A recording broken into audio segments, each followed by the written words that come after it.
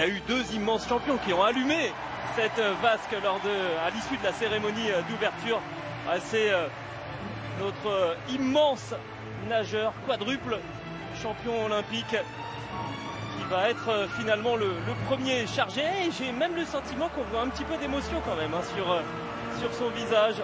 Léon Marchand, qu'on avait un temps pressenti aussi pour porter le drapeau de la délégation tricolore pour cette cérémonie de clôture.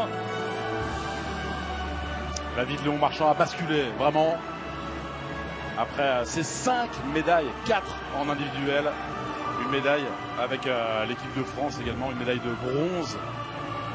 Et on peut le dire, il a mis les jeux en suspens parce que partout où il y avait des compétitions en cours, on a célébré les victoires de Léon Marchand, parfois à la surprise des sportifs en action qui n'ont pas toujours compris sur le coup ce qui se passait. On parlait, Gilles, d'œuvres éphémères qui a été vue par des milliers et des milliers de personnes au sein de ce jardin des Tuileries. Un emblème vraiment de ces Jeux Olympiques de Paris 2024. Alors la vasque va s'éteindre, oui, en cette soirée du dimanche 11 août. Elle sera rallumée lors de la cérémonie d'ouverture des Jeux Paralympiques le 28 août.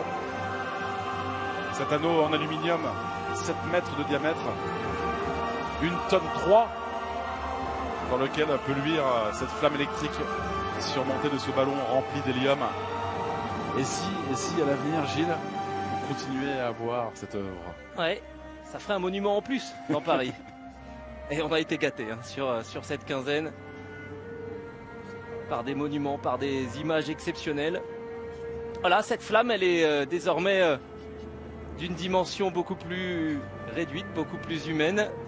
Oui, je trouve qu'on voit là sur son visage, à Léon Marchand, l'émotion. Et le sourire. Cette flamme qui a été sur les toits de Paris pendant cette cérémonie d'ouverture, qui a navigué, qui a voyagé sur la Seine et qui va venir également cette soirée gagner le Stade de France à Saint-Denis. Léon Marchand qui est le premier à s'en charger justement.